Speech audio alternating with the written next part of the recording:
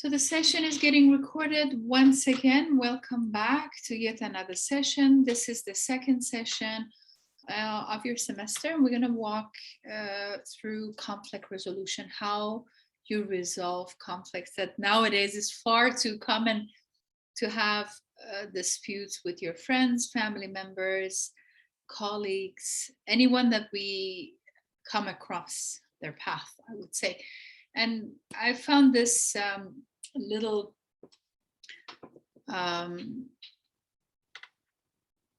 quote, I would say, very interesting. We're still waiting for the other students to join momentarily. If you have any questions, any concern, anything you would like to share, I'd be happy to address. We still have 1 more minute before we commence the session. I usually open my camera and my microphone a little bit earlier, just in case if you think that you joined the right session. Hello, good afternoon, welcome back. I'm happy to see everybody. If you see that at times I'm pausing and talking, it's just because I have to let the other students to join the class, like I let everyone in before I commence the session. So a little bit of information about why we have conflicts with people and how we can resolve conflicts. Any idea, any suggestion you would like to share? I'd like to share this, that 49% of the miscommunication is because of ego.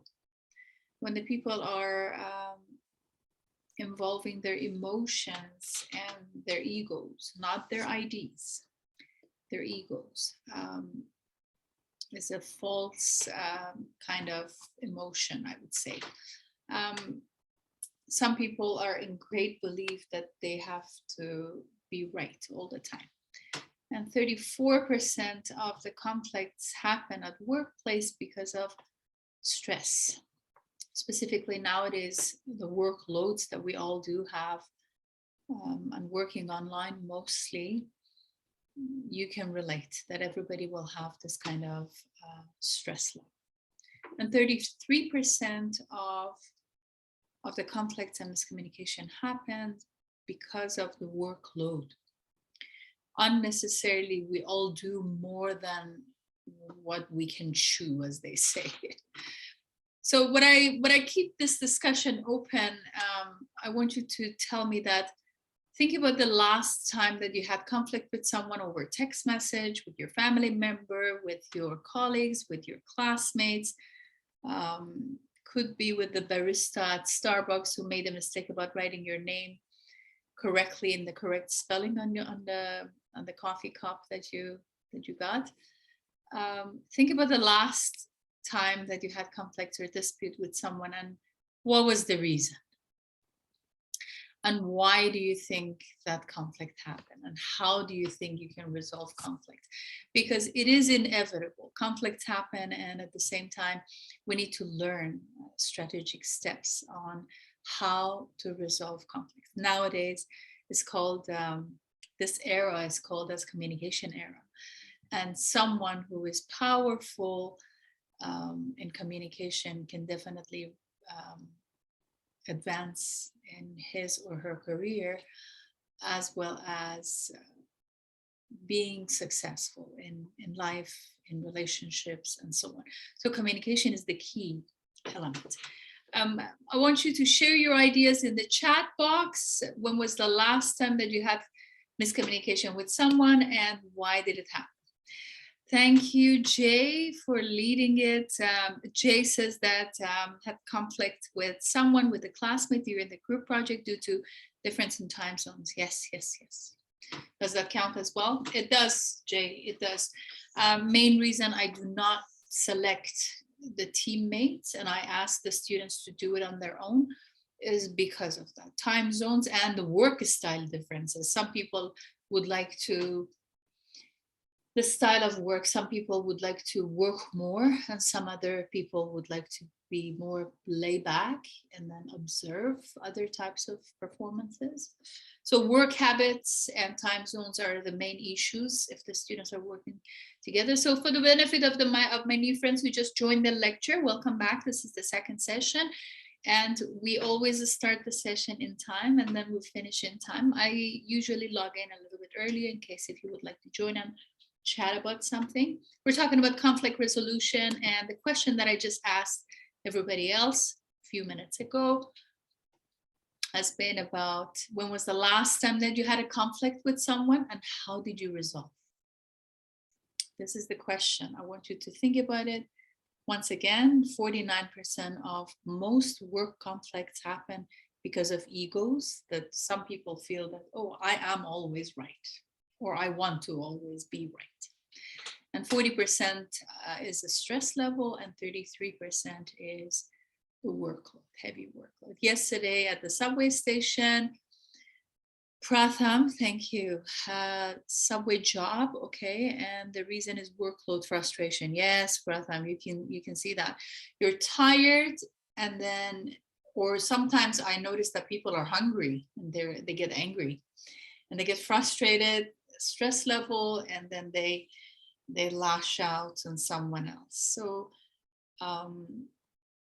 yes, Jay is also adding not being able to handle their stress or assign work. That's why it also create conflicts. That's true. Some people are responsible for some specific part of the projects. In group works, I will train you how to work with group, and I will ask one person within the group to be a group lead.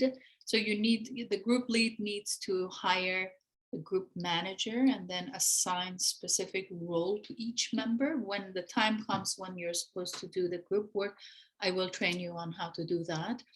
And then you can reflect tomorrow when you get a job, you can do exact same way of working within the teams, right?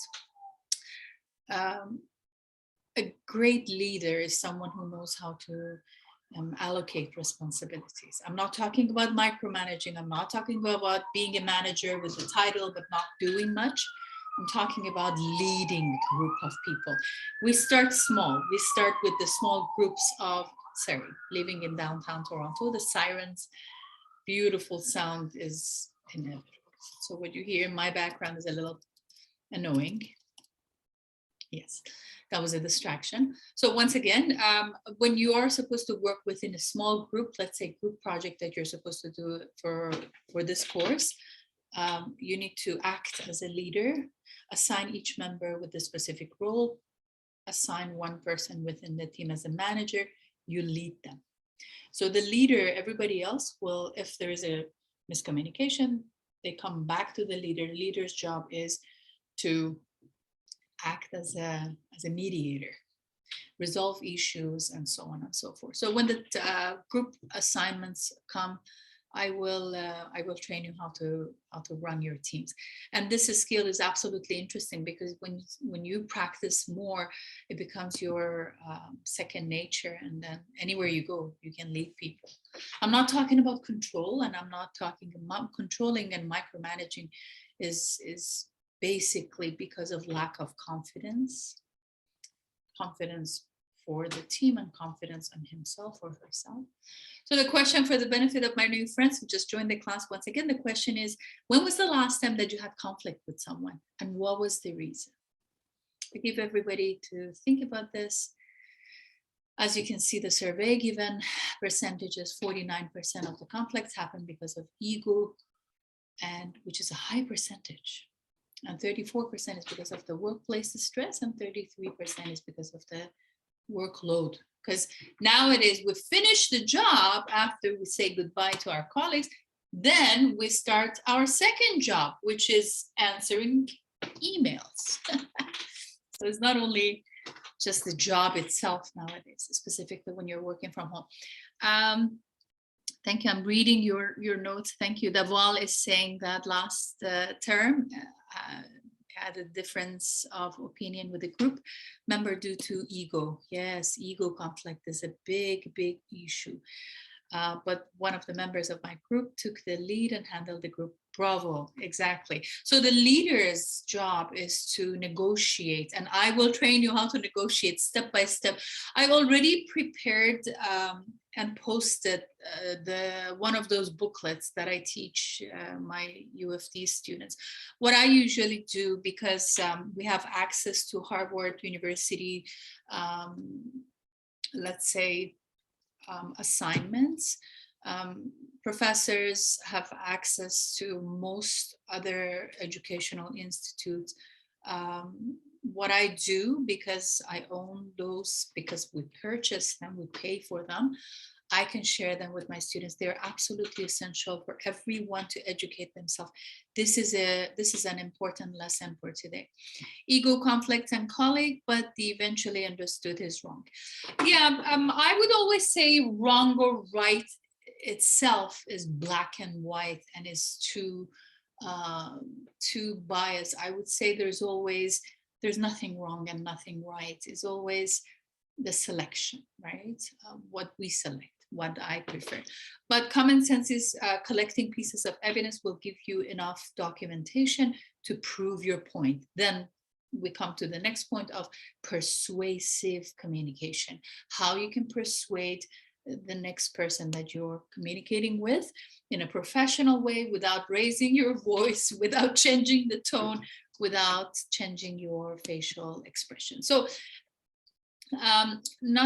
just a few minutes at the beginning of the session, I just wanted to make you ready for the conflict resolution. This session is very important, and I want everybody to take notes. We can communicate, and I want everybody to be involved and engage and talk and share ideas every step of this lesson. Anything that comes to your mind, you have an example, please do share, and I would do my best to read it. You can raise your hand, you know how to do that on Zoom, and you can unmute yourself and speak if you like.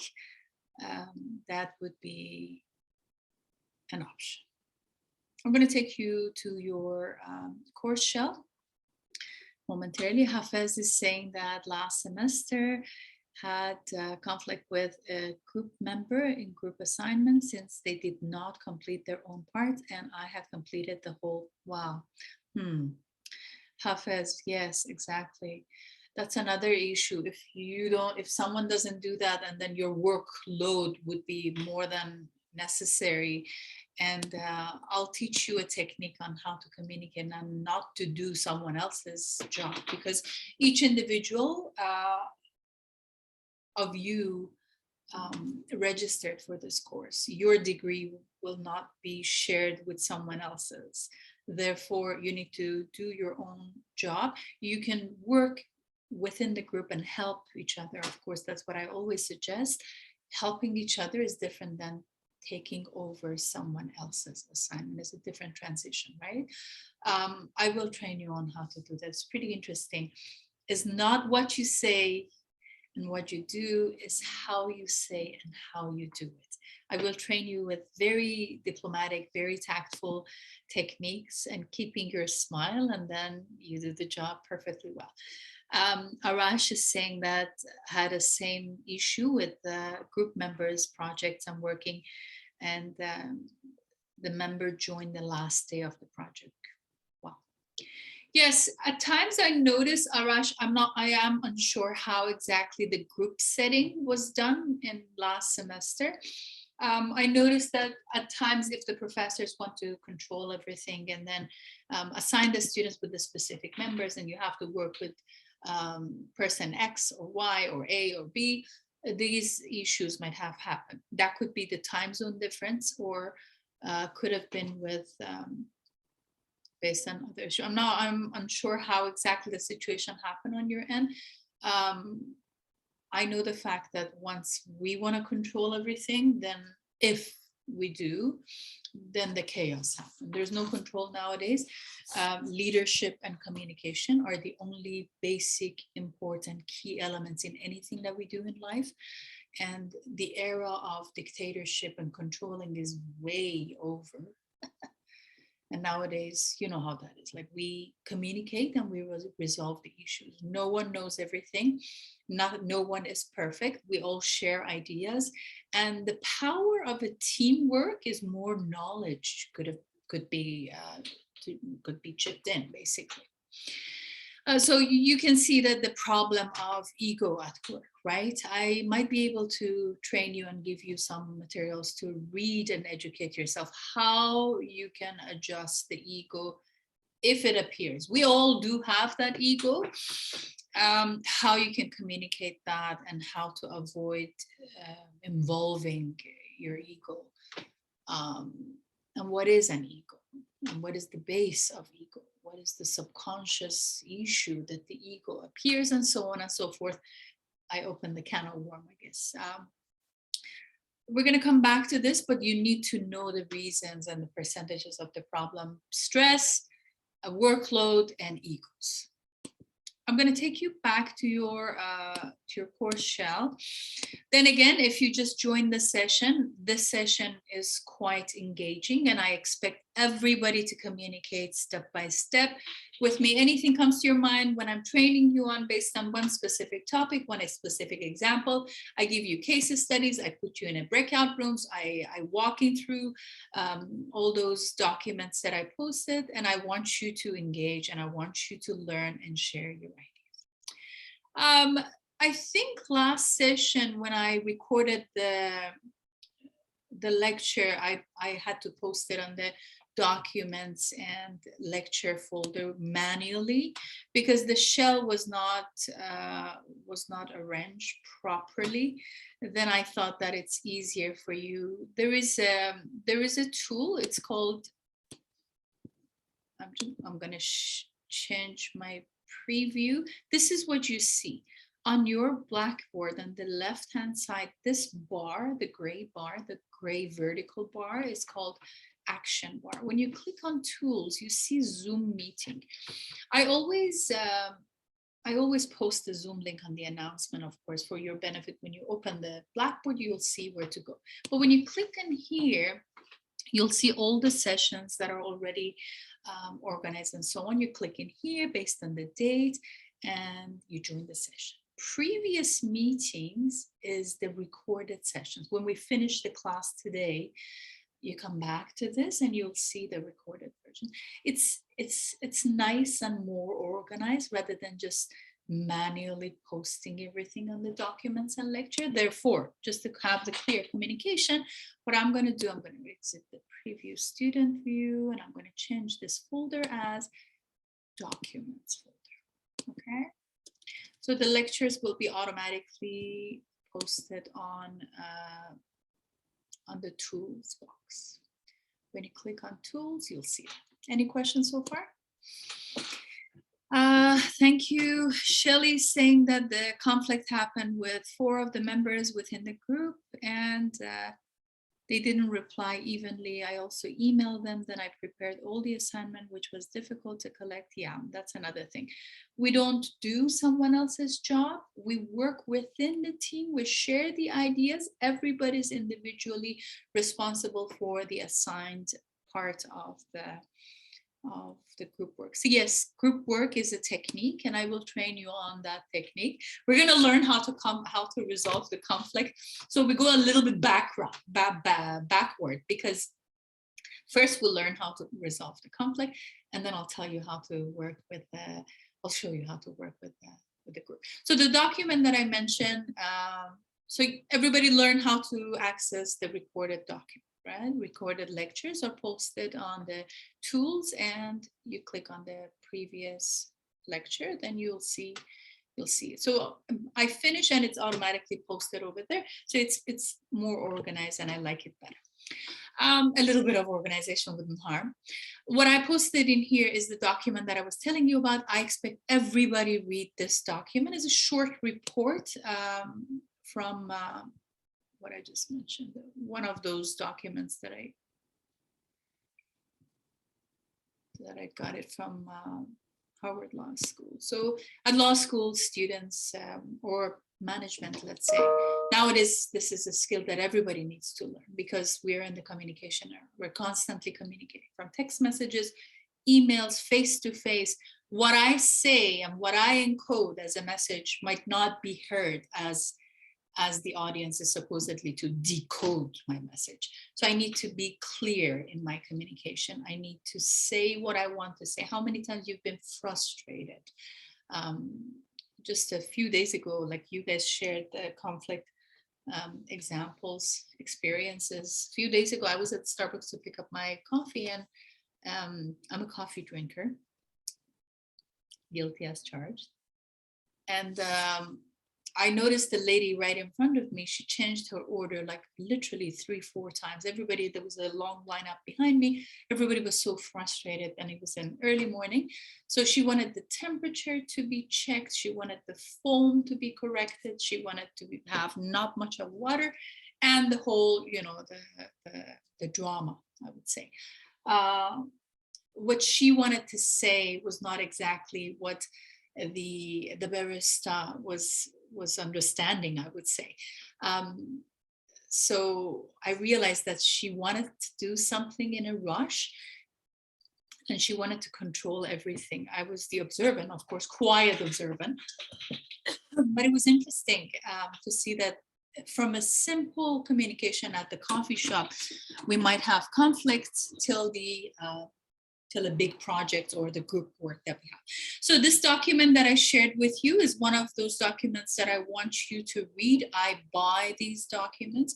Professors from any university, any college, we're allowed to purchase the documents from different schools. So at schools, we share the documents. This is about how you resolve conflicts. You read it at your own pace. I'm not rushing you. And I expect everybody to complete this short report. It's very interesting. If you can print it, put it right beside your bed, read it, enjoy it, process it. Think about the last time that you had conflicts and the way that you could have resolved that conflict. So reflection is the best way not to repeat the mistakes. And if I don't repeat my mistakes, of course, I advance in anything that I do. Imagine that I had a conflict with a friend. I had the same conflict about the same issue with another friend. Why did it happen? Because the first time, primarily, I did not reflect, I did not process, and I did not come up with the solution. Anytime that we face an issue, we need to reflect, we need to process it, analyze it, and figure out how we could have solved that issue. Therefore, the next experience, which is somewhat similar, we wouldn't have any issue. So this is the document that I want you to read, is about how you negotiate and how to litigate, for example. What is the meaning of communication line open? What is the meaning of ask other parties to mediate, the third party? So the leadership style in the group assignments that you're going to do that I mentioned, one person is the leader, one person is the mediator. That leader is assigning everybody, to work, the manager and each individual, and she or he will act as a mediator, was the main reason. You will learn about how not to lose sight of your underlying interests. So you need to assess and analyze each person's way of thinking. You need to take notes and find out the problem. What I always suggest the students do is when an issue happens from a conflict, big issue or the small issue, break it down into small pieces. Then you will definitely find multiple solutions, not only one solution. You need to understand the way that mediator, not only lawyers, but lawyers' job is constantly, they are solving issues, or they're analyzing, I would say. You need to see everybody's perspective, and as a leader, you need to act upon. When you're dealing with difficult people, we talked about 49% of the conflicts happen at work because of ego. People with high ego, they might be difficult in terms of how you deal with them, because it's hard to change their minds. In order to negotiate with the people who have difficulties, specifically some old school patterns, some people, they're from different eras, mentally, not age-wise, mentally. mentally they don't want to change, mentally they don't want to read and update themselves. That makes the job difficult, and ego has a big issue within. You will learn about how to listen, because most of the issues happen, negotiations or the conflicts, let's say within disputes and feuds, whatever that is, when it happens is because lack of listening skills. It's not only what I say, is what I hear, not only what I say, right? So listening is one of those important steps that we're going to learn about that. And you learn about how you don't have to like the person in order to respect their opinion. You might not like that person, but you respect the opinion because of the proper documentation, evidences, and so on. So what I want everybody to do, how you learn about creating value out of conflict, because you've heard about the expression that they say, you keep your friends closer, your enemy you keep your friends close, your enemy closer. So it is important that you learn about the value of the conflict, specifically nowadays, because nowadays we turn head, we meet people that we met 20 years ago. So keep the relationship and do not burn the bridges, because everybody, networking wise, like everybody can know someone else and so on and so forth. So you need to learn about how you share your interests, make your conflict resolution as a beautiful communication. That is your power. That is our power as human, when we learn how to communicate in a proper way. Make sure that you, in your communication, do not manipulate. Pause, breathe, think, process, take notes, let the other party share the ideas as well. Reasoning, preferences, priorities, resources, and so on should be the availability. And you need to learn the difference between what each person prefer, and then you need to consider the risks. For example, one of the risk factors in group assignments that you do at colleges is someone as a due date. You might miss the due date. Everybody might get affected by that due date. One person is not working properly and the next person is overworking. So we avoid these kind of patterns. What I usually suggest to students, like have a Zoom meeting with everybody within your team, and because you select your own teammates. And by the way, if you forgot to select your own teammates, the link to join the WhatsApp group is given on your first announcement from last week. Click on it and join it, and then form a group of 5 to 7 members. Not to digress the topic, you need to read this document carefully and learn about how you resolve the issue, how you can change the pattern of the problem to resolve an issue. And little by little, by practicing, you become really strong in problem solving leadership, for example. So this is the document that I posted over here, and I expect everybody to read it before next week. It's called The New Conflict Management. There are some reading passages that you learn about group communication. What is a group communication, and the type of the, excuse me, within the group communication, what are do's and don'ts. These chapters are open to everybody to read. And when you have the teamwork, how you're supposed to work within the teams. If you didn't know how to do that, you're going to learn this semester. You learn about some introduction of team effort, the group thinking, compromising, and so on. And what I mentioned, like you select a responsible leader within your group, you promote cooperation, clarify goals, elicit commitments. Eliciting commitments is by that specific date. Everybody should have their part of their group assignment, for example. You clarify responsibilities, you instill prompt actions, you apply technology, what kind of tools you're going to use, you ensure technology compatibility. Maybe one person doesn't have access to a laptop, they have access to an iPad. iPad is not compatible. There are some, for example, apps or the programs that are not working as as well as the computers, and provide prompt feedback. So these are the steps that you need to learn and you need to read. So these reading assignments are done individually. If you want to read gradually at your own pace, that's quite all right. Watch the videos on your own. These are the reading assignments. What I'm going to review with you before I take you to the modular lessons and the formative assessment, as I always do within the class, you learn how to resolve the issue and you learn step by step. Then I'm going to give each team, I will assign different teams, and I will give each team 5 issues and 5 problems. And I give you 20 minutes within your breakout rooms to solve those issues. How do you resolve the issues based on the modular lessons that you learn? So just a brief introduction on the conflict resolution. There are different styles of resolving conflicts. When you want to resolve conflicts, you need to realize what are the differences? What are those different types of conflicts?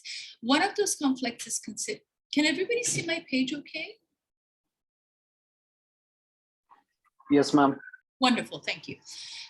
So one of those conflict resolution style is win-lose situation. Win-lose situation is a competitive one. Ego is involved in this style. Somebody has a desire to advance someone own's concern at the expense of the other party. This is controlling, this is dominating. So people with this style often resort to blaming or seeking the scapegoat rather than assuming responsibilities. They say, my way or highway is not my issue, it is your problem. Lots of ego is involved in the win-lose situation. When we communicate, it's not competition, it's communication. Communication is sharing ideas, listening to the other party's ideas as well. The next type of communication resolution is collaboration. Collaboration, I always tell the students the best styles of collaboration and cooperation, that within your team works, you need to do that. This is a win-win situation. What is the win-win situation? You have the desire to make both parties or all members within your team to be happy, relatively happy. Maybe one person is 30% happy and the other one is 20% or 25%, that's fine, but everybody's happy. Win-win situation is called collaboration. People who have this style are other-oriented and view conflict as a set of the problem to be solved. Collaboration is one of those important skills that you need to apply within your group work. Is best used when those involved in the conflict resolution. Fresh ideas, we take notes, team lead is taking care of those collaborated ideas and will give the different direction. The next one that some of you guys gave me an example earlier, like, oh, my friend in the team forgot to do half of the job and I was responsible for next half. So it's half win and half lose, right? Parties meet somewhere in between. And then people who use this style, they find the solution that meets the needs of all concerned. When the people compromise, they don't get exactly what they want, but they got somehow something. So each person gives up at least a little bit in order to get something else. Can you name some kind of a relationship that we need to compromise? Can you say any kind of relationship is a compromising? Very good, spousal, great. Yes, Saranj, that's very true.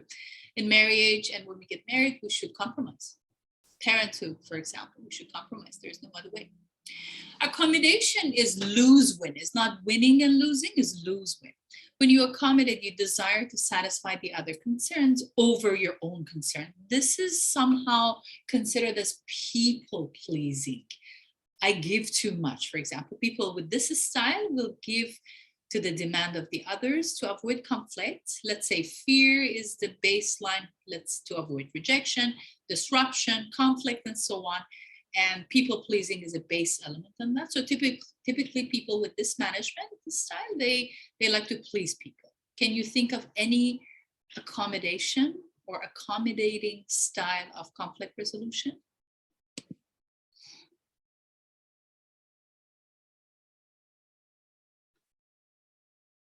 Any scenario? Teacher and the student, because the student is a learner and should obey his or Their guru. Is that the accommodate? Like I give them, because nowadays the style of teaching is still communication, maybe not nowadays, maybe old style, Jay. Business, customer service, yes. Very good. Yes, Davis, thank you. Customer service, specifically older style. That's right. Yeah, that's right, Jay. That's right. Thank you. Davis, customer services, specifically in North America, customer has the first and last word. Avoidant, which is a disaster style of resolving conflicts. There is an argument with your friend rather than communicating, resolving the issue, getting the common ground. They avoid picking up the phone. They block you. They do not respond to your text messages. Silent treatment. That's avoidant, which is, so one party is indifferent to everyone's concern. Like, this is controlling, this is power controlling. Avoidance is a healthy or unhealthy response sometimes to conflict, depending on the severity. So rising above trivial, bickering is wise, but whereas ignoring a serious conflict. You have an issue with your friend, you want to talk, but then they stop ignoring, or they provide silent treatment, as I mentioned. Any questions so far? So these are the reading passages that you need to read. I just wanted to make your mind ready. Now I think everybody's ready. So, but I break up, exactly, Suraj. When you break up, exactly, rather than just communication, like having some kind of the adult way of styling to move on, I would say, then people will provide that kind of a thing. Or employer and patch up, yes, that's true. Or employer and employees. At times, Melina, employer and employees at times. Nowadays, because of the HR departments and diversity and inclusion, employees have the right, so communication should happen in the proper organized way. But now you know different styles, either win-lose, win-win, half-lose, half-win, or lose-win. There are 4 different types, and we talked about the workplace conflict research data, that 49% is based on ego, 34% is stress, and 33% is because of the heavy workload. So your assignment and your reading passages that you should complete are also posted here on your announcement page, as well as the reading. When you click on the reading and you click on part 2, which is the second day. Part 2 means the second session. When you click on it, you see exact same chapters you need to complete. Okay. What I'm going to do now, I'm going to take you back to the modular lesson that we're supposed to have for today. And I want everybody to take notes. For today, the assignments and the due dates are given both. There is a Padlet that I prepared for you, is 5%. Thank you very much, everybody who could participate in the first Padlet. I already marked and posted the marks on your blackboard, on your grade sheet, I would say. So for this week, we have conflict resolution. I gave you a scenario. After you learn how to do that, we're going to practice 5 different scenarios. But on that Padlet, I gave you another scenario that everybody needs to read this scenario carefully.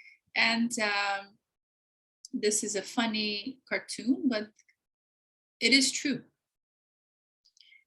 We got off on the wrong foot. Sometimes people don't comprehend what you say. Show me your right foot and I'll let you go. And then the poor snake had to pay for it. How many times it happens to you that you had to pay for something, right? Okay, so in your conflict resolution, or how, I want to know how you process this scenario. There is a scenario, you need to resolve the scenario. You read the scenario that I gave you here and you resolve the issue based on the strategies that we're going to learn. And then after that, 1 or 2 other comments need to be critiqued based on what you do.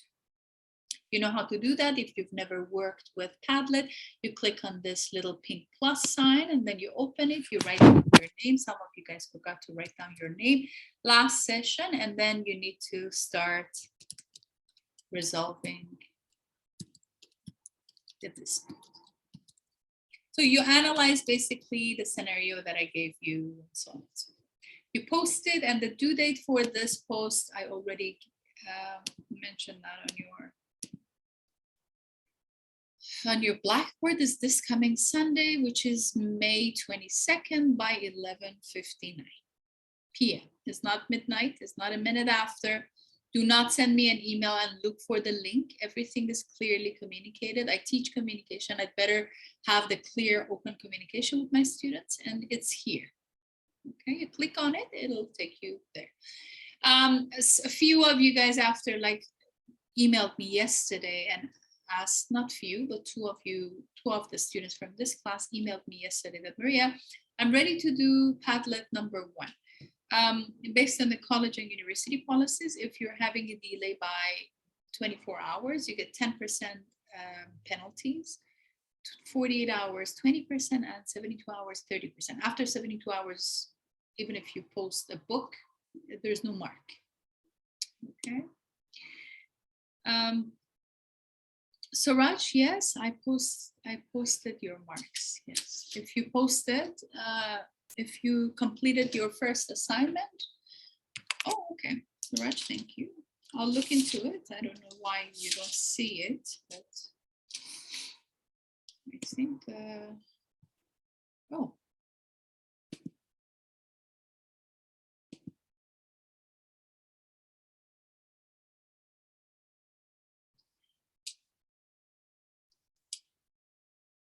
$6169.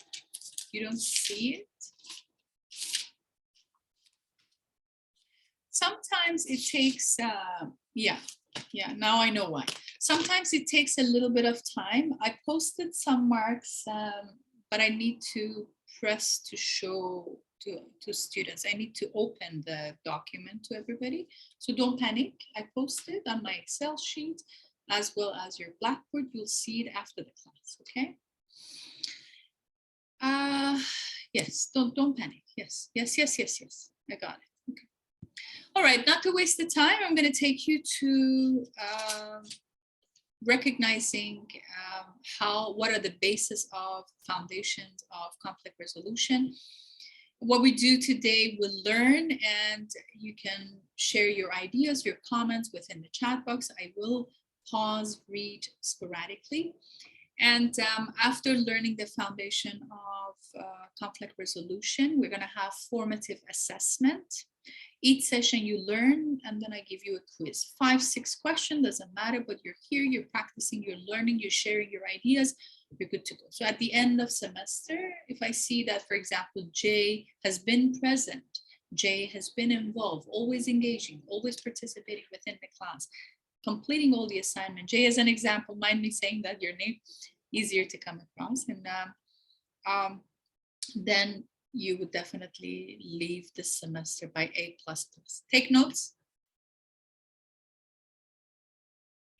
Conflicts sprout up 24 hours a day, 7 days a week. Why is that? Well, we're human. And in relationship to one another, we have conflicting wants, needs, goals, values. We have imbalances in our access to resources.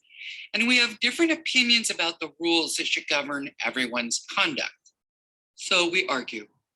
So let's take a look at the anatomy of conflict and how we get locked in what I call the name, blame, claim cycle. Conflict erupts when 3 circumstances come together at the same time. The belief that you're being deprived of something you need or want. Are you taking notes? I just closed my camera intentionally to avoid confusions. I'm here. Take notes, please. Process. The belief that someone else is causing the deprivation, and the belief that that deprivation violates a value, a social norm, or a rule. So let's say Mark forgets to include his manager, Lily, in an email loop about a new project he wants. Lily gets upset about being bypassed and accuses Mark of violating the social rule of running things past the boss. Lily names Mark as the source of her irritation, and then she blames him for the wrongdoing and claims he's violated a workplace norm. So now let's make this personal so you can have a working example. I want you to backpedal to your most recent conflict with a friend or a coworker, or a conflict that so far has only taken place in your head. Now, see if you can deconstruct it. What are you being deprived of? This is the name part of the cycle. Who's doing the depriving? This is the blame part of the cycle. And what value, social norm, or rule are they breaking? This is the claim part of the cycle. You might want to use the notebook tool provided here to answer those questions. You'll have a window into how you got into trouble in the first place, and you'll have a working example to use throughout the course.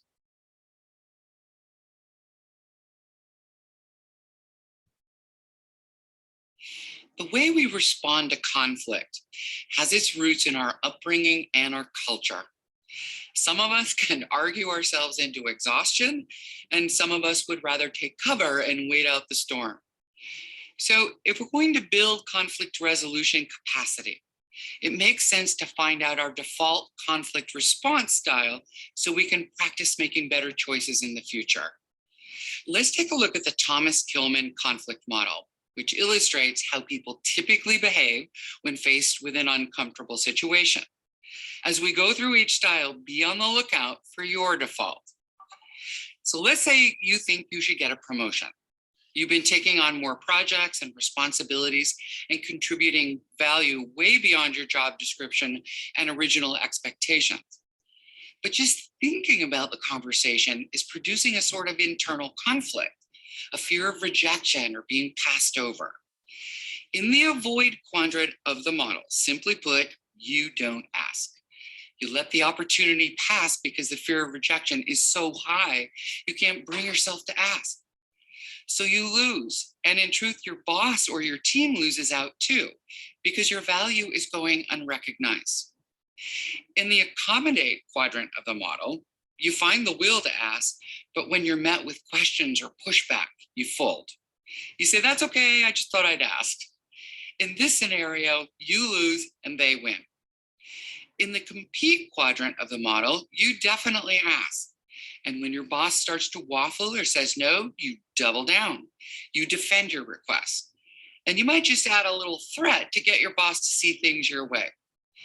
In the collaborate quadrant, you make your request, you present your case, and you focus on brainstorming to find a path forward that works for both of you. This is the classic win-win. Now, it looks like the goal of the model is to compromise. You ask for what you want, and over the course of the conversation, you give up a point or two, and your boss gives up a point or two. So you win and lose, and your boss wins and loses.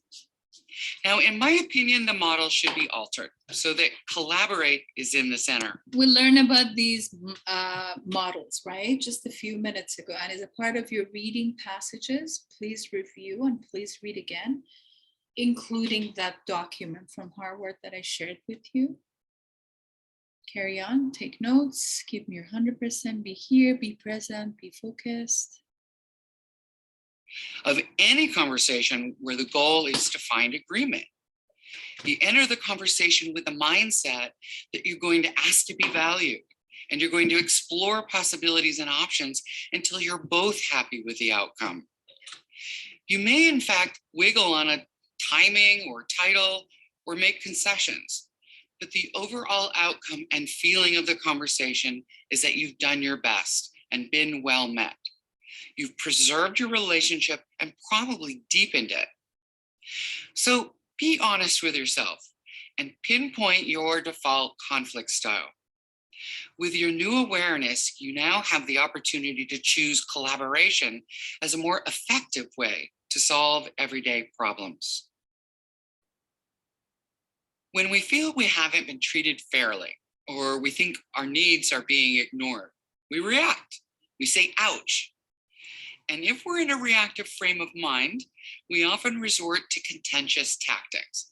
trying to resolve conflict through manipulation or holding our ground to prove we're right and our conflict partner is wrong. First on that list is ingratiation. Getting what we want through sweet talk or flattery, or because we're just so charming. It might sound like, I know I said I'd put the data into the spreadsheet by today, but you're so much more skilled at it than I am. That flattery might work once or twice, but over time, it will diminish your working relationships. Next is promises. This is getting what you want now by agreeing to do something later. You might promise to take someone to lunch in return for covering for your shift. This is actually a really useful tactic if it's employed for mutual gain, but like ingratiation, overusing it can cobble away at goodwill and lead to future conflict. Persuasive argumentation is the use of logic and reason to attempt to change someone's behavior or position. It might sound like, the research I've compiled shows that our customers rarely use feature X, so I'm recommending we disable it permanently. This is the most common contentious tactic, and it's pretty useful, but it's not always successful because it sidesteps decision-making participation and brainstorming. Now you might think, okay, so what is the solution? Because all the techniques that you've been using, I've been using, we've all known about that. They don't come handy. Take notes, please. And when we try to convince someone to do something they haven't fully considered, it can backfire because true buy-in was never reached. Next is shaming. This tactic is expressing shock or disapproval about someone's choices or behavior, usually on moral grounds. For example, if your boss says, I'm so disappointed in the quality of your work, I'm questioning why I ever hired you. Shaming is a much more popular tactic than most of us would like to admit. If you think back to a recent disagreement, you might just notice how you or someone else used shaming to achieve an outcome. The next tactic is threats.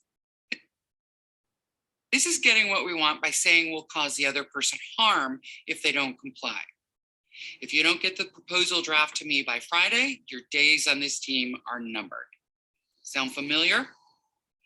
And finally, physical force. This is anything from hitting, pushing, shoving, to war and terrorism. Although we have rules and laws that govern our behavior in this area, we break them all the time. Resist the temptation. When people use contentious tactics in an attempt to get what they want, it's really a signal that an upset is brewing. An unmet need or issue is hiding in plain sight. We're just below the surface. Now, in the heat of the moment, if you can teach yourself to pause and ask questions that help you identify that need or issue, you give your conflict partner a chance to recalibrate and move from blame to cooperation. So start listening for contentious tactics, pause, and dig deeper, and you may avoid a full-blown conflict altogether. So we keep talking about collaboration and cooperation. You're going to hear these two words all along the semester, okay? Now we're going to learn a little bit about how to unwind cognitive bias. Let's focus on some of the universal thoughts that cloud our judgment and dominate our disagreements.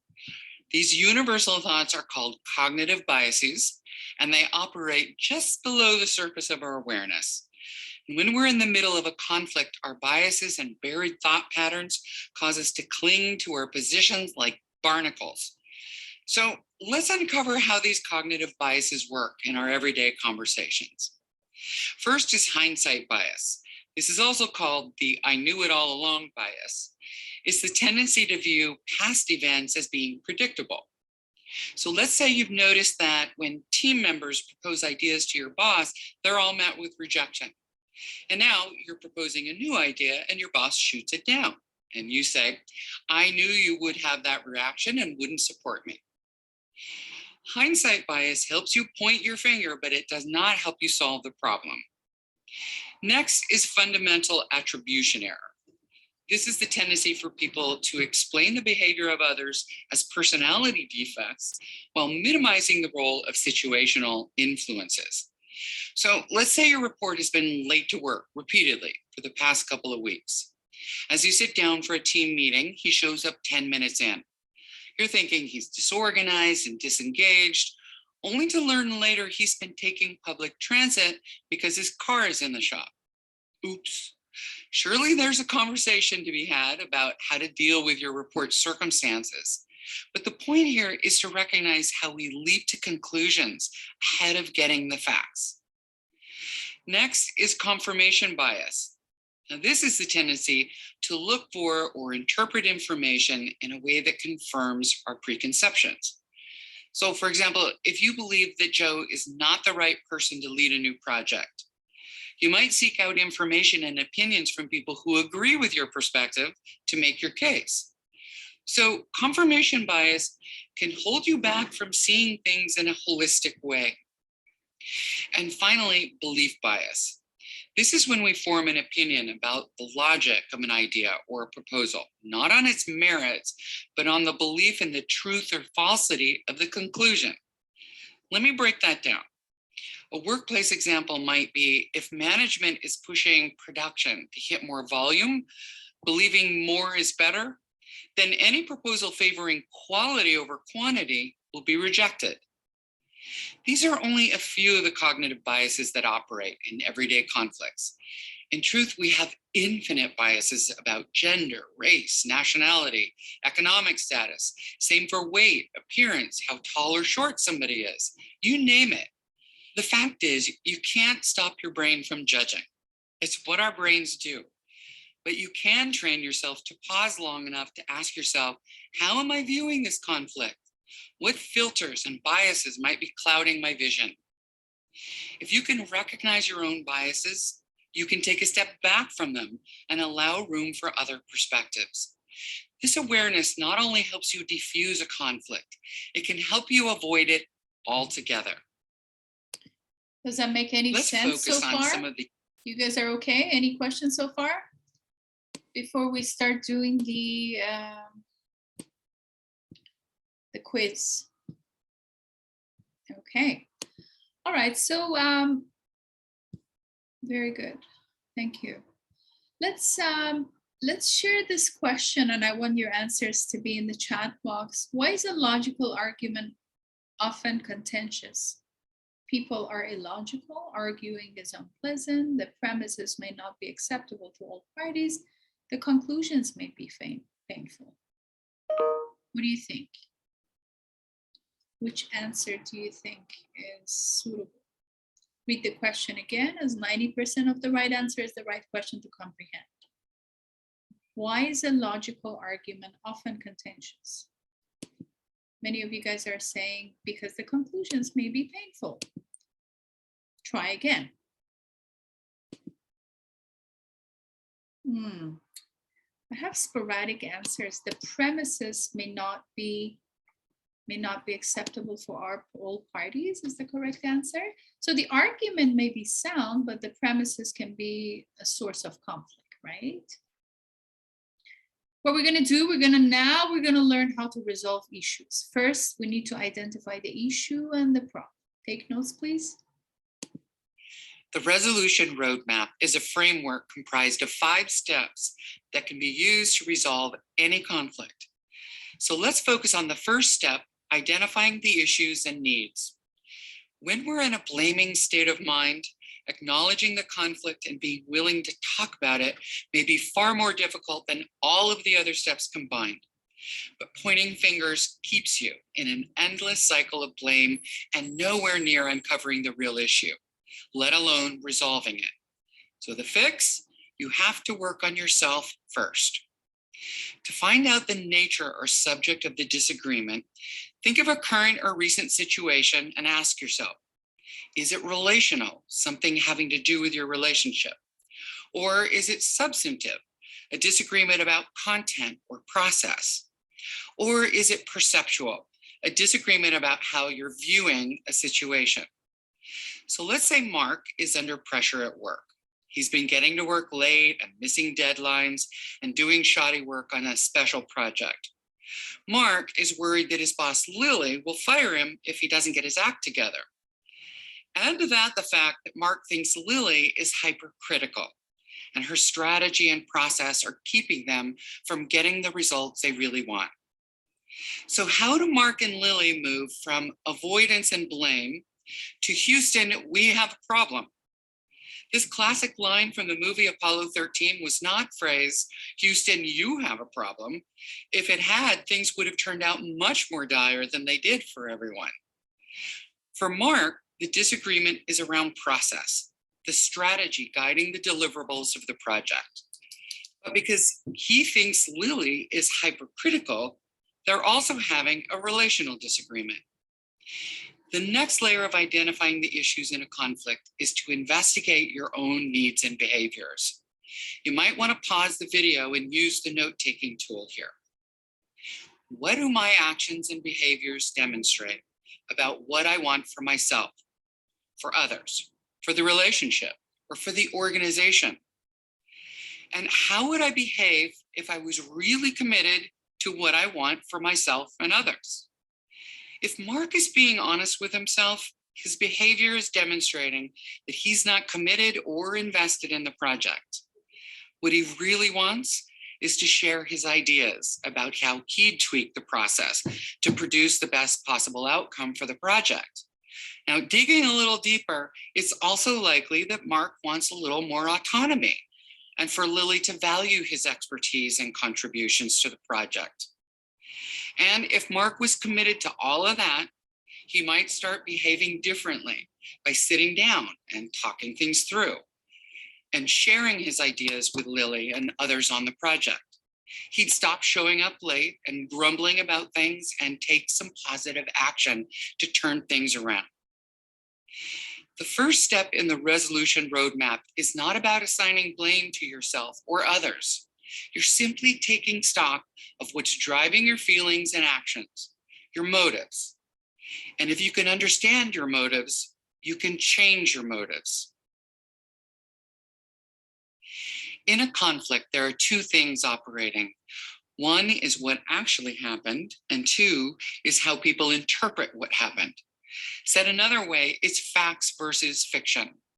And distinguishing between the two is the second step on the resolution roadmap, our framework for solving everyday problems. Now let's take a look at a conflict between Mark and Lily. First, the facts. Mark stays up all night finishing a draft of a proposal and gives it to Lily, his boss. A few hours later, Lily hands the proposal back to Mark with red pen edits on every section and every page. Those are the facts. That's what happened. Now for the fiction. Mark starts seething about Lily's critique and blurts out, "You never appreciate any of the work I do. If you did, you wouldn't be so hypercritical." This is the name, blame, claim cycle in action. Something happens, your feelings get the best of you, you tell a story about why it happened, and you react by saying something that places blame on the other person. And you're now in the middle of a full-blown argument. What gets us into trouble when something happens that upsets us is not the facts, but the story we tell ourselves about those facts. It wasn't the red pen edits, it was Mark's interpretation of what the red pen edits meant. To make things worse, when something happens, we say things like, "She made me so angry." The truth is, nobody can make you feel what you feel. You make you feel what you feel. Take that in. That isn't to say your feelings shouldn't be felt, but very often our unexamined feelings lead us into unproductive behaviors. So I want to take you through the fact from fiction exercise, a set of 5 questions to help you examine your stories and feelings. And you can use these questions as a template to prepare for any conflict resolution conversation. Now you can pause the video here after each question and use the notebook tool. So think about a situation that's bothering you. Question number 1 is, how are you behaving about the issue? Are you stewing on it or reacting with anger or sarcasm or blame? Just notice and write it down. Question 2. So I want you to process this one step at a time. When the conflict happened, how do you approach? Because it's impossible for everyone to be fully logic and collaborative all the time. We all come from specific emotional backgrounds, right? You don't know where I was before I meet you and having conflicts, for example, and vice versa. How are you behaving? Do you feel sarcastic? Do you feel defensive?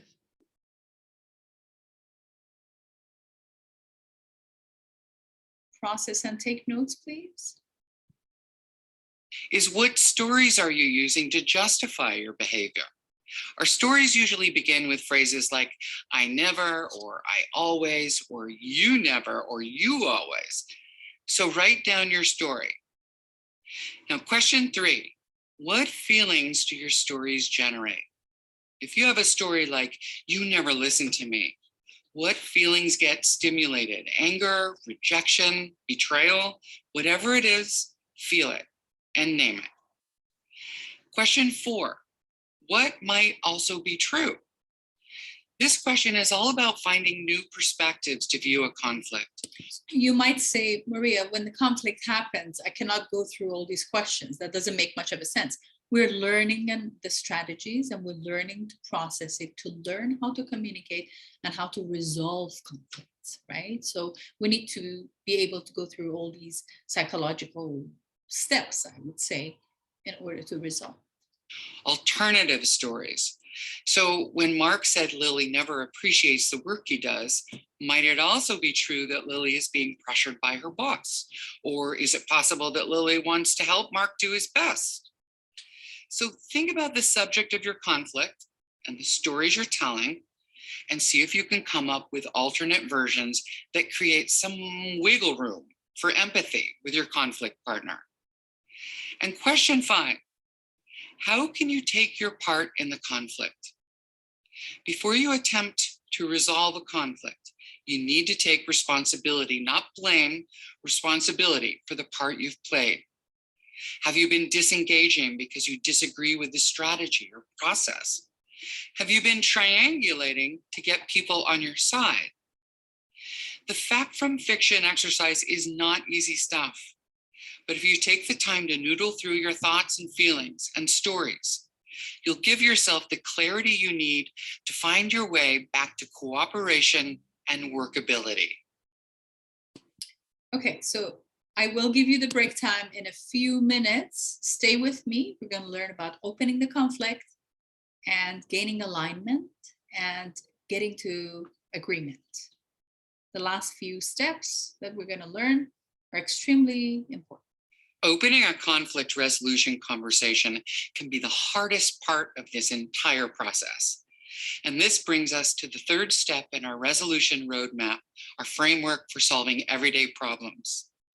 The good news is that all the investigation you've done on yourself, identifying the issues as you see them, locating where you can take your part in the conflict, and separating fact from fiction has given you enough clarity to move from avoidance to conversation.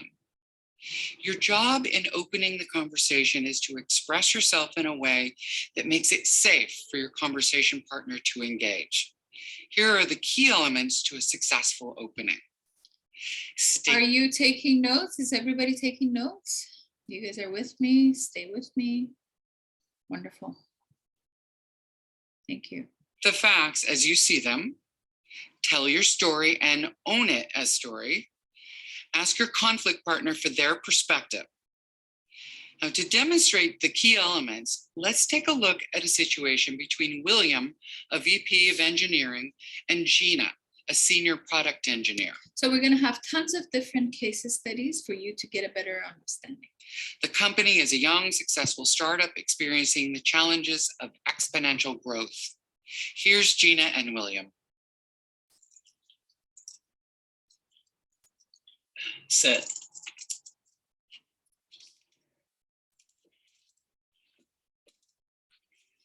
What is going on? I spent months developing the financial vertical, and when I ask for resource decisions and timelines, I just get a couple of nods and a bunch of hostile questions. Yeah, that was a rough meeting. What was your sense of what was happening in the room? Stonewalling, avoiding eye contact, and I know they're upset about something, but nobody's talking. Would you like to hear my take on it? And before we go further, can you guess what kind of conflict it is? Everybody's avoiding communication. You remember those 4 models? It's not win-win, it's not win-lose. It's not half-half. There's only one more left. Yes, avoidant. Very good. Let's get to the bad news. Well, here's the issues as I see them. It's your use of I versus we. Okay. For the last 9 months, the team and I have been working really hard on building the strategy. And we are understaffed by 6 engineers. We feel that we don't get any credit for the hard work we're doing. Come on, I, you, we, whatever. We are over delivering. That's what I know. I, you, we, whatever. I'm irritable and in a hurry. I get your point. Is there anything else? Yes, your full attention, or we're going to have a mutiny. What are you talking about? Before the acquisition, I like to be fully acknowledged and recognized for taking on almost workload of a VP. And the staff needs to be recognized for working around the clock, or your most senior engineers will be headed for the exit. Okay, I'm sorry if you feel unappreciated. You're sorry that I feel unappreciated. Let me rephrase. I'm sorry. I didn't realize people weren't feeling appreciated for their contributions. It's just this acquisition has been consuming all of my time.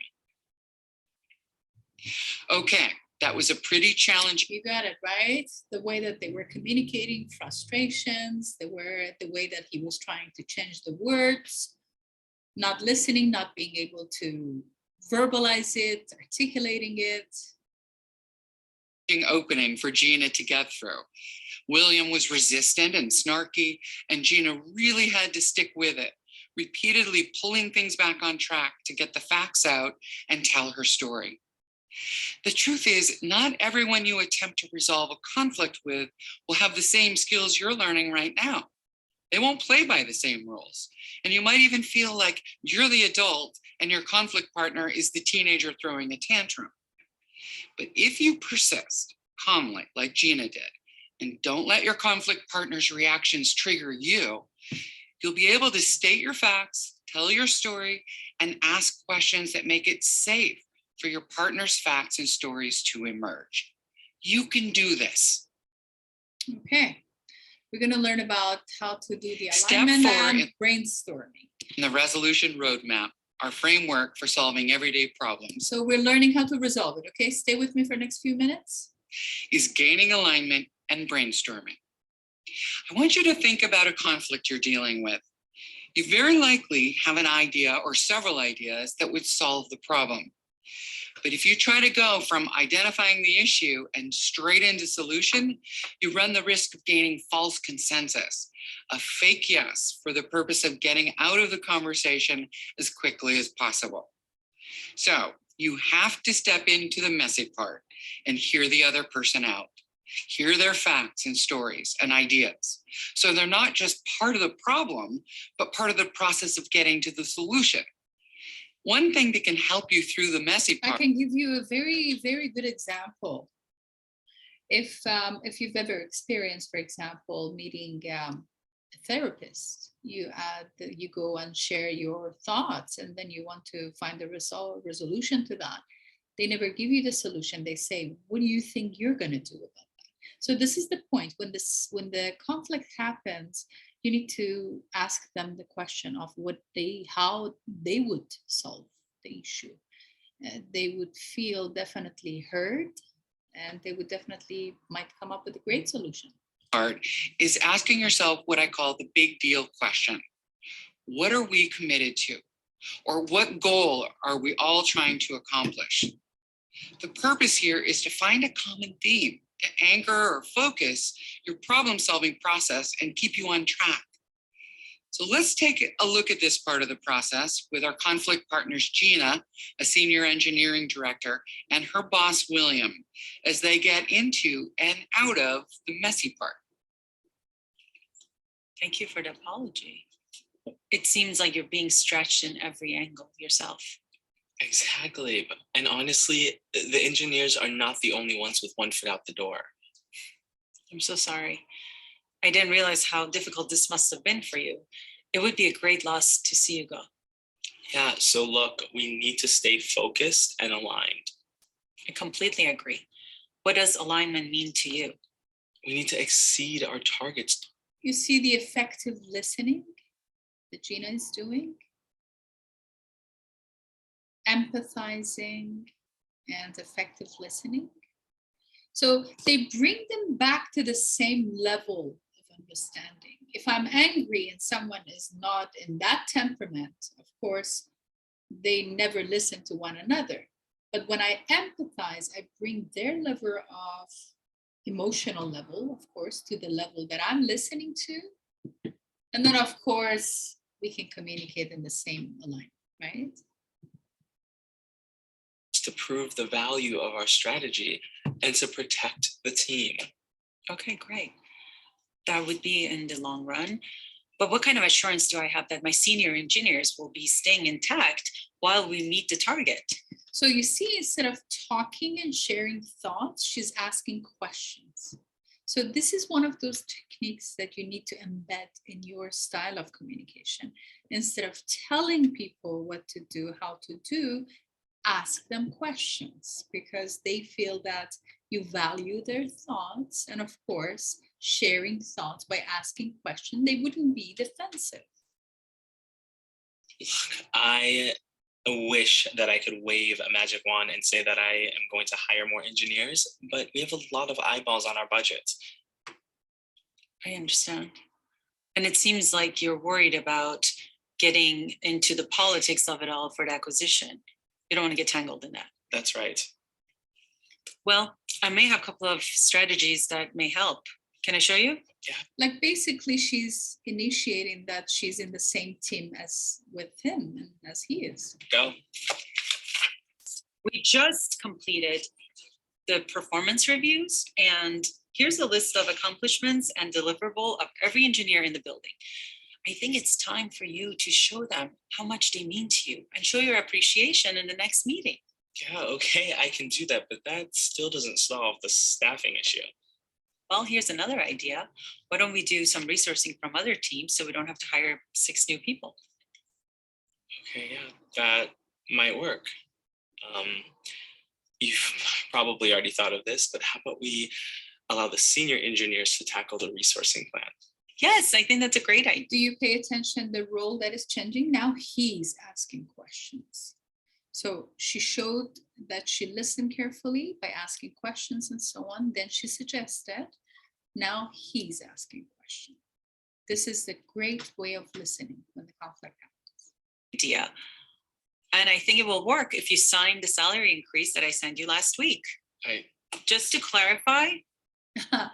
And she's acting smart in here to get what she wants right in the middle of the negotiation. I'm only doing this for the team, and we can talk about me at a later time. It means just FYI, my salary can be looked into, right? That's another way of doing so. If you want something right in the middle of providing help to someone, remind them that they can do something in return, right? If you need something, that is the best moment to announce it. Okay, what I want you to notice about the messy part of the conversation is that finding and staying true to the big picture outcome they both wanted helped Gina and William find solutions and next steps. Circle back to the conflict you most need to resolve right now and ask yourself the big deal question. We're going to practice good scenarios momentarily. What are you committed to? Or what goal is everyone trying to accomplish? Answering those questions and finding alignment will bring shape and focus to your brainstorming and ultimate solutions and move you from self-centered outcomes to shared purpose. Okay. Now we're going to learn as the last step of getting to agreement. You might think that once you open the conflict conversation and get through some of the issues and challenges and start identifying solutions, that getting to agreement is the easy part. But what I've noticed in my own disagreements is that sometimes I'm just so glad to be done with the hard part that I'm kind of spent emotionally and skip over what my conflict partner and I are actually agreeing to. And that is a recipe for having the same conflict over and over again. So getting to agreement is the fifth step in the resolution roadmap, our framework for solving everyday problems. Let's take a look at how Gina, a senior engineering director, and her boss, William, define and commit to specific accountabilities to move their agreement forward. Okay, no promises. I will take a look at the request on my flight to New York tonight. Okay, great. Why don't I recap all the key points that we discussed, and I'll email you later today. Yep, okay. Oh, and when do you think you'll get back to me about the salary increases for the team? Let's say Friday. Yeah. And listen, I want to apologize for not being more available. Honestly, you're doing incredible work. That's great. Thank you.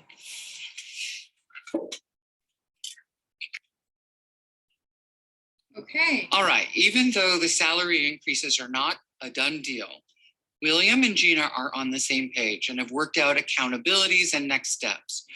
Most importantly, Gina and our team will be acknowledged for their hard work, which was the main source of irritation in the first place.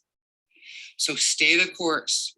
Be diligent about identifying next steps and nail down the what, who, and by when to avoid a repeat of the conflict. All right. So we're going to have one question, formative, 2 questions as a formative assessment before I give you a break time.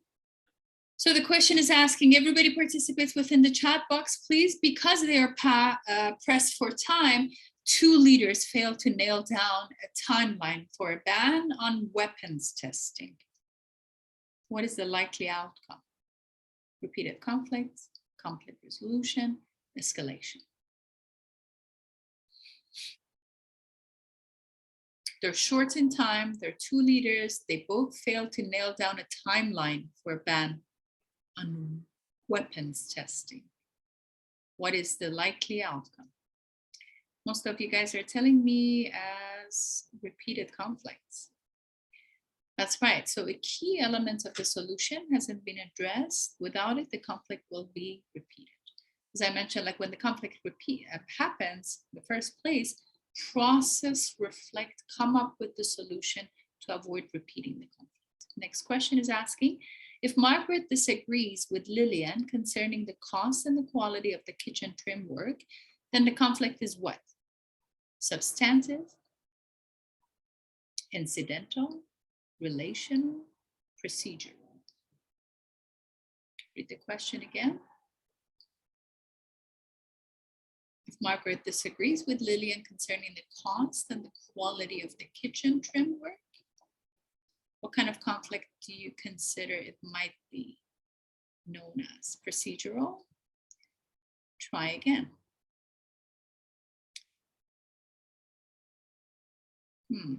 Relational? Try again. It is, well, some of you guys are, it is substantive. I want you to watch the video and we're going to take the break after this. The resolution roadmap is a framework comprised of 5 steps that can be used to resolve any conflict. So let's focus on the first step, identifying the issues and needs. When we're in a blaming state of mind, acknowledging the conflict and being willing to talk about it may be far more difficult than all of the other steps combined. But pointing fingers keeps you in an endless cycle of blame and nowhere near uncovering the real issue, let alone resolving it. So the fix, you have to work on yourself first. To find out the nature or subject of the disagreement, think of a current or recent situation and ask yourself, Is it relational, something having to do with your relationship? Or is it substantive, a disagreement about content or process? So this is the disagreement of the content or the process. Therefore, it is substantive. So what I'm going to do, I'm going to stop sharing the page right now. And I want everybody to enjoy a short break till 3 p.m. When you come back at 3 p.m., what we're going to do, we're going to have a case study for a brief, like maybe 10, 15 minutes. And after that, you're good to go. Enjoy your break. I'll see you at 3 p.m.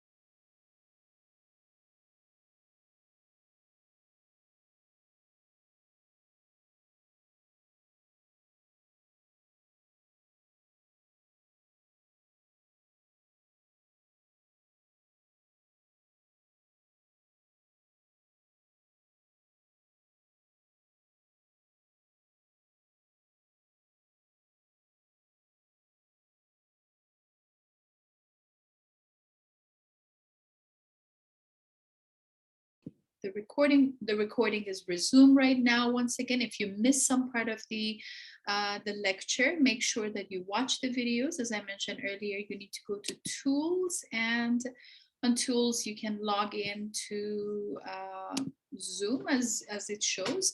If you want to join this session, it shows join based on the dates. And if you want to watch the recorded videos, you click on previous meeting, and then the recorded videos would be shown over here. This is a little bit on how to work on your Blackboard assignment that you're supposed to do for the benefit of my friends who recently joined that will miss perhaps some part of the lecture. You have a couple of those reading passages from your book that is embedded on Blackboard. You need to complete the group communication and so on. All these links will take you to your book. Your book is also embedded on the reading folder in here. When you click on the reading, part 2 is week 2. There's also a report that I encourage everyone to completely read and learn for the upcoming assignment. The next assignment for next week, for this upcoming week, due date is on May 22nd, this upcoming Sunday by 11:59, is a 5% assignment. There's a conflict resolution. When you click on it, there is a scenario that I gave everybody. You read the scenario carefully, and then you need to, the scenario is saying that your colleagues ask you to help responding to a customer inquiry, but you refuse to lend a hand because you're working on a tight deadline and don't want to waste the time. So there has been tension between you and your colleagues ever since, and now you need their help on a project, but they're not being very responsive. How do you recover from this issue? This is the scenario that I expect everybody to participate, and the due date for this assignment. It is 5% of your course value. So if you miss it, you miss it. The due date is on Sunday. Any day by the 3rd day, 10% will be penalized out of your mark. This is about your assignment. Any question about your assignment? So you need to answer this question based on how you would resolve, and then you need to comment on 1 or 2 other friends. Make sure that you write down your names on the top. We talked about it. An assignment with no names, there is no mark for that. I'm going to take you back to, okay. What I'm going to do right now, I'm going to share a file in the Zoom chat box. This is a class assignment, and I expect everybody to participate. There are 5 scenarios. Can everybody see the folder? Can everybody see the file that I just shared? I'm gonna share it over here with everybody, and you'll see what I have. There is a file in the chat box. Can you download the file, please? And I'm gonna share my document with everybody as well. Hold on a second.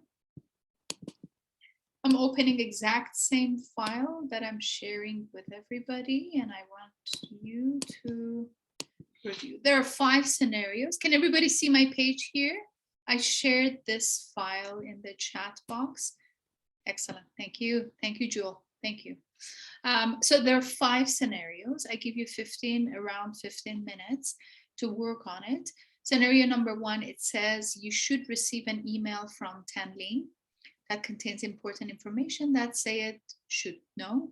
Should you take advantage of forwarding function and send this message on to Sayed, or thus saving you the trouble of rekeying the important parts?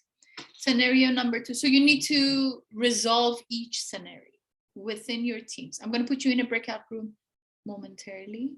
When I share the page, Zoom does not allow me to put you in a breakout room. I'll put you in a breakout room, and you need to discuss this within your breakout room. I will visit your breakout rooms. Not that I'm micromanaging, absolutely not, but I visit you in case you have questions and if you want to elaborate. Scenario number 2 is asking during a client meeting. You know you have better idea than the one that your boss presented. There are a number of other executives in the room. What do you do? Scenario number 3, as a manager, you are upset because your employee Tom is habitually late for meetings. So during a meeting, Tom once again works in 10 minutes late, walks in 10 minutes late, and how would you handle the situation? Scenario number 4, as a manager, you learn that your employee, Camila, must have exploratory surgery, and other employees ask you why Camila is missing work, and what do you say? Diplomacy and tact would be your initiations to resolve these scenarios. Scenario number 5, you're interviewing for a job with a company that has a dress down policy. Casual, business casual, dress down attire. What should you wear? So there are 5 scenarios. You have the file in your chat box. I'm going to stop sharing it. I'm going to have the breakout rooms ready for everybody.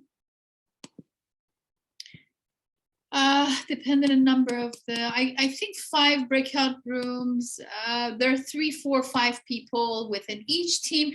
I open the breakout rooms and I expect everybody participate. Unmute yourself if you prefer your cameras to be off. That is your choice. I respect that.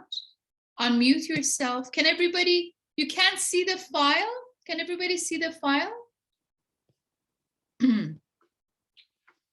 Okay, I can see that some of you guys might have been on different devices. If you're on Android or cell phone, maybe the file is not possibly be. I reshare the file again, just in case. Can everybody see the file now? In the chat box, you need to download. I bet that within each team, at least one member can see that.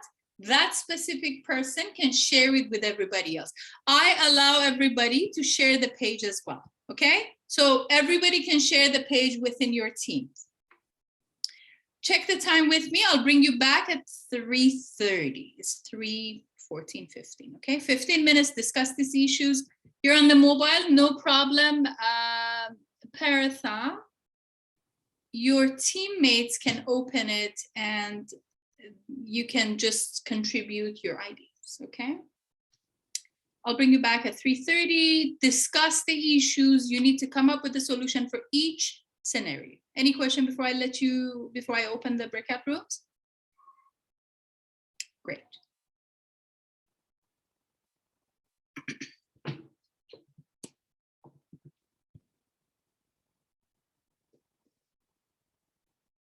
Jewel, Christine, Melina, Daval, Hong, Arash, you need to join the.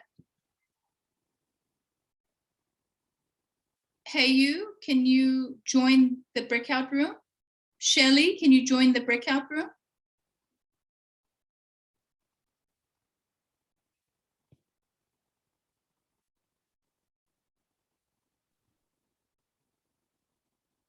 Hello.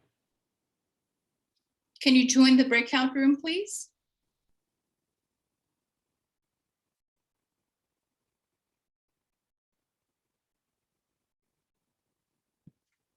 And give the answer. Is it? Wonderful. Can everybody see that? I love this team. You see that? Leadership. Yeah. Bravo. Yes, I just wanted to make sure that everybody can see the file. Good luck. Yep, I can. I'll be back at 3:30. Discuss each scenario, come up with different answers, participate your thoughts. All right. Thanks, ma'am. Thank you. Okay, so we have to answer. So, yeah. All right. So the first situation.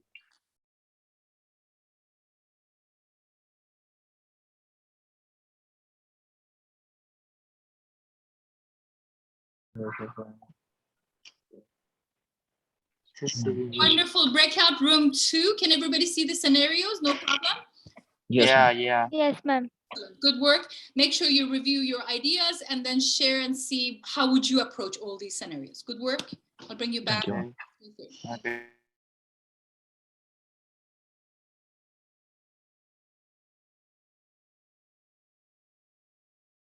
Good.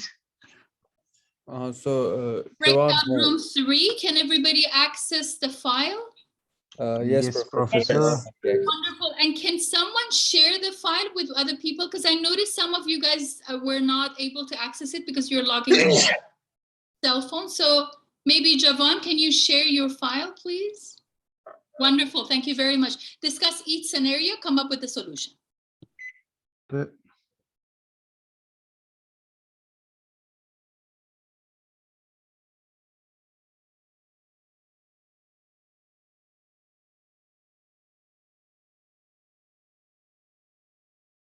Okay, group 4, can everybody access the file?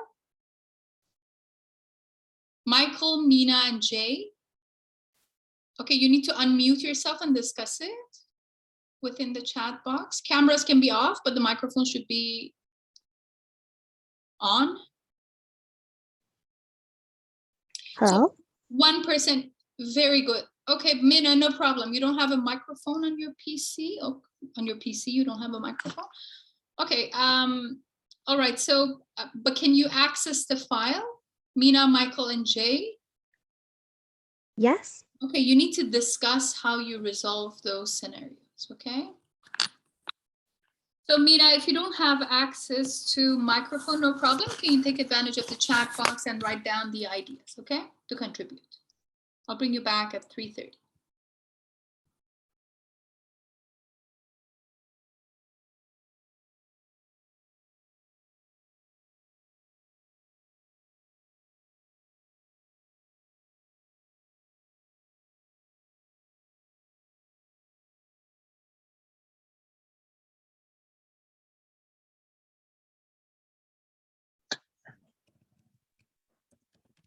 Wonderful. Group 5, can everybody see the scenario? Wonderful, I'm glad.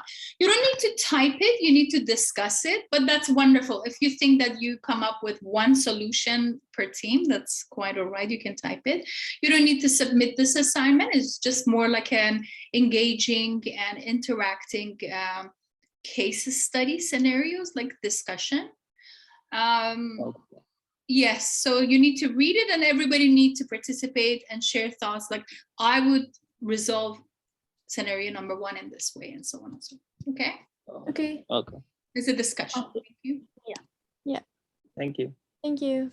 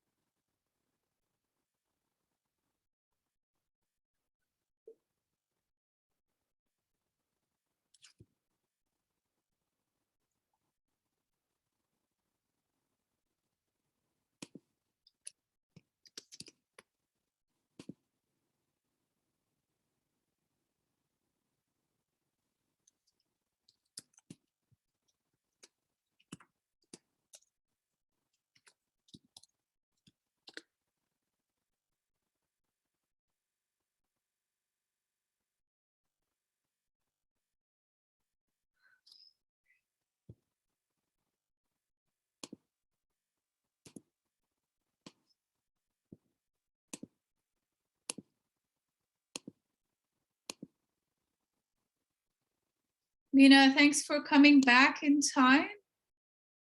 I'm still waiting for the other students to join. It takes a few seconds for them to just join back into the main room. What we're going to do right now, I'm going to take you back to the scenarios. We're going to talk about the scenarios before anything else. I'm still waiting for our next few students to join. Scenario number 1. So I want you, if you like, to raise your hand and then share your thoughts. How would you approach the first scenario? Scenario number 1, who would like to participate within scenario number 1? If you receive an email from someone that contains some important information about someone else, would you communicate with the third party without initiation of the first person who is sending it to you? Like going behind some other people? Would you do that? I'm still waiting. I think that some of the students are still in the breakout room. Bear with me, I'm trying to, yes, okay, everybody's back, welcome back. Scenarios, what I want everybody to do, I want you to participate and tell me how would you approach each situation. So number 1, what do you think is the proper way to do that? You can raise your hand and you can start answering the question. Anyone who is volunteer, perhaps, for scenario number 1? I can't raise my hand, but I like Thank you, Javan. Go ahead. Thank you. Go ahead. Yes, what we decided was we'd actually like to be a little bit more proactive and add this a CC, so like copy Syed onto the email because he is part of the group, and we would like to let him know it doesn't matter if he's higher up or lower. It's all about communication, and we would like to forward him and add him in the group. Very good. So do you think BCC is the appropriate way or CC is the appropriate way? So I believe it's CC. That's what I believe, it's CC. Yeah, CC the person, open communication. Yes, for the third party to know important information that say it should know. CC, open, transparent communication. I agree. Anybody else who want to share the ideas on the first one? We're going to go to the second scenario. During the client meeting, you know that you have a better idea than the one that your boss presented. How would you approach this? There are a number of the other executives in the room. Would you interrupt your boss? Would you correct your boss? Or anyone who can raise their hand? Hi, Mom. Hi, go ahead. So we discussed in our group that after the meeting is over, we could personally discuss the better idea with the manager and take his opinion on it. Very good, exactly. So not in front of the other executives. Yeah. To be diplomatic. So you can just definitely send an email to your boss and say, I have some proposals based on that idea and I'd be happy to share. Very good, very good. Scenario number 3, as a manager, you're upset because your employee Tom is habitually late for the meeting, and then during another meeting during a team, Tom once again walks in 10 minutes by delay. How would you approach this? Hello, ma'am. In my team, Go ahead. Yes. In my team, we decided we are going to approach him. We are going to talk in private, in person. We are going to understand his why he's late and everything. We'll discuss the issue and we'll try to solve his problem. Yeah, after the meeting or before the meeting, or maybe in a different setting, not in front of the other people. Yeah. Very good. And not to be sarcastic, like, look who's here 10 minutes by delay. It happened to me long ago, so and emergencies might happen specifically nowadays. Very good. Scenario number 4, as a manager, you learn that your employee Camila must have had some kind of surgery, and other employees want to know why she's missing the work. What do you say? So my team and we discussed that as a manager, we would send an email to the other employees informing that Camila won't be working for a while due to medical reasons. Very good. Yes, that's another way of being tactful and with diplomacy. Instead of announcing it, you can just simply send an email to everybody, like Camila is going to be off due to kind of family emergency and so on, and so on. And by email communication in this case would be the best one. So the last scenario, you're having an interview for a job with a company that has a dress down policy. What do you wear? In our group, we discussed that no matter which uh, job interview at in which company or in which industry you're going for, but a normal formal attire like a normal shirt and a trouser would go like in every industry. Bravo, exactly. So just to be cautious, even though that it is considered as dressed down, you might not go with tuxedo or the, just the suit and ties or the two-piece suit for ladies. We might go without the tie, but at the same time we keep it casual, formal, and that. Very good. Very good. You guys are awesome. You've done great work. What I'm going to do right now to just wrap up the session, I'm going to take you back to your Blackboard. This week we'll learn about the conflict resolution. Your reading passages are given on the announcement page. Your assignment is 5% due by this upcoming Sunday by 11:59. If you need to meet with me, I'm just an email away. Let me know. I might be able to arrange an office hour for whatever the case may be. There is a report that you must complete by next week. The link is over here. These reports are bought by us professors. I'd love to share some researches and new documents from different universities with the students to push your knowledge to the different level. I keep the chat box open. If you have any other question, more than welcome to share. Other than that, enjoy the rest of your day. I'll see you next week. Thank you. Thank you, ma'am. Have a good day. Thank you, Professor. Bye-bye. Thank you very much. Thank you, ma'am.